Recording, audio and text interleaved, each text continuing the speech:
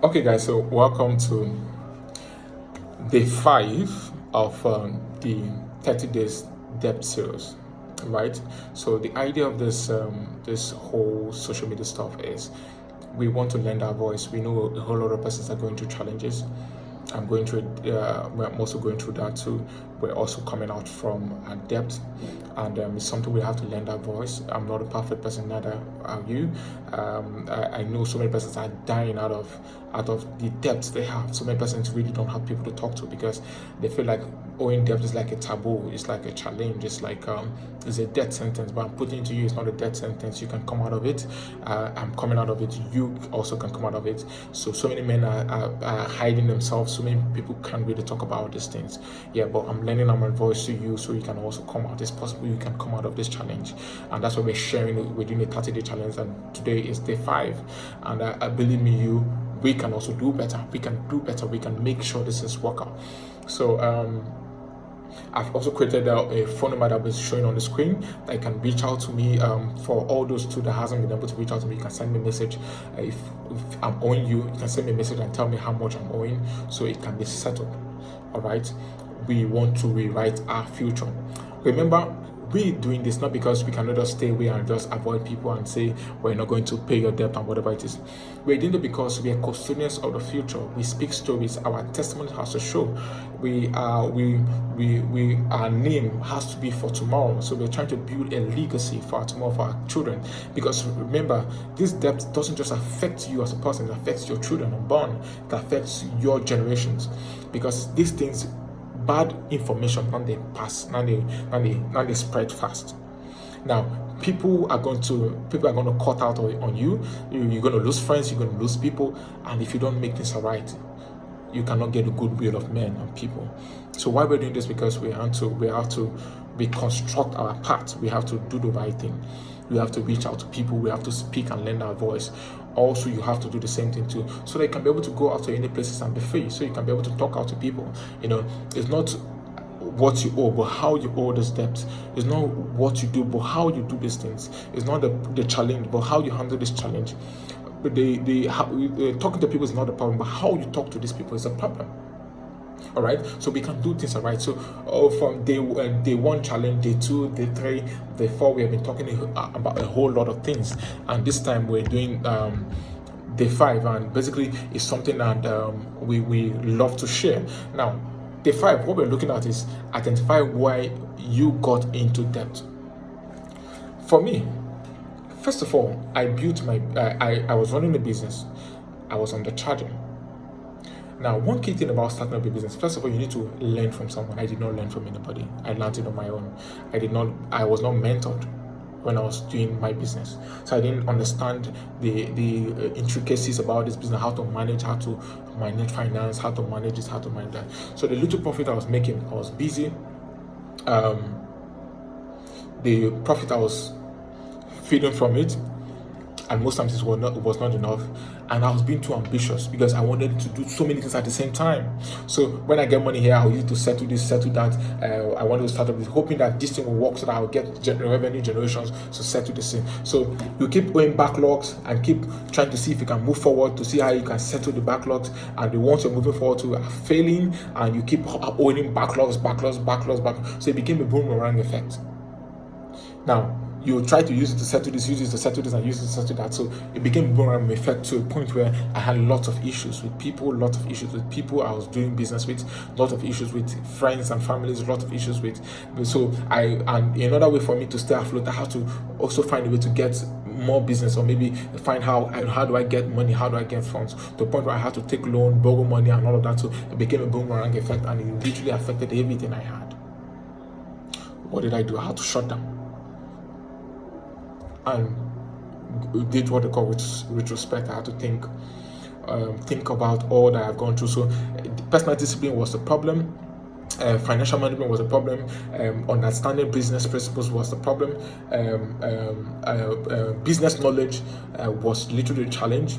Now, financial discipline was a challenge. Working above your means was also a problem. So you need to learn how to manage your finance adequately. Learn to remove profit from the business, so you don't spend from the business, you don't spend from the profit until you're done with the job. And also, don't undercharge. You have to charge in a level that, first of all, if the business goes bad, you can be able to use the profit to replace it or fix it back. Don't undercharge. These are the things that I was just in a haste to. I wanted to just do business, push out there, grow, so that people just see me that I'm doing well and all of that. And I came to a boomerang effect. Everything shut down. So these things I'm sharing with you because I want also for us to learn. So this day 5, you need to understand, identify why you got into debt. You need to write them down. I wrote mine, and I had to start learning from it. Don't spend beyond your means. Keep business money aside. Any job you have not handled, don't touch. Even leave the profit until you're done with that job before you can eat the profit. Any business you don't understand, don't invest into it. I invested into too many businesses that I didn't understand them, but because people told me that it's gonna yield, I crumbled. In fact, most times I use people's money to invest into that business, and I crumbled. I crashed. And now, you can't literally explain these things to people because they really don't want to understand. You have to just pay them back their money. So a whole lot of things happened to a point where it's feeling like it's a spiritual thing, but most times it's not just everything is spiritual. Yeah, there's also some spiritual connotations attached to things, but not everything is spiritual. So day 5, you need to understand that, identify why you got into debt. Is it overspending? Is it emergency? Is it lack of planning? Is it something happened? You have to be honest and reflect, because the only key thing is you have to find the root cause of the problem so you can tackle the problem.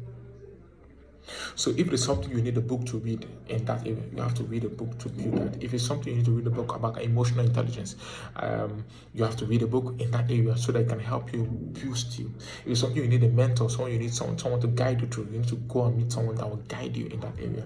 If you need mentorship, you need go to meet someone that will mentor you while you're praying and while you're believing and while you're reading the Bible. So you need to identify what brought you into that situation, what got you into debt. For me, I was running haywire.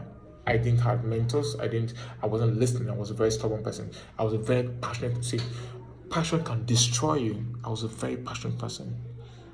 Passion can literally destroy you as a person. So tone down on that passion. Be logical. Don't be too emotional. Be logical about business. I was too emotional. So most times when someone comes to chat, someone meets me for registration, I'll be too emotional. Okay, since you're my friend, just give me someone. Let me just do it for you for them. And without me knowing, there's no profit attached to that. And when the business when the stuff has a problem, I have to find a way to borrow to sort it out. These people, they don't care. The people you gave them price based on emotion, they don't care. You have to sort out the problem because you gave them the price. So you have to be fixed on your pricing. You need to understand pricing, understand discipline, understand the ethics of business, understand the rules of business, understand emotional management. You have to read books about these things and let God help you. So the truth is, find out what brought you into that issue. Now, we're going to read a Bible quotation that will help us to guide us through. All right. Now, this Bible quotation will help you. All right. So, first of all, the Bible is from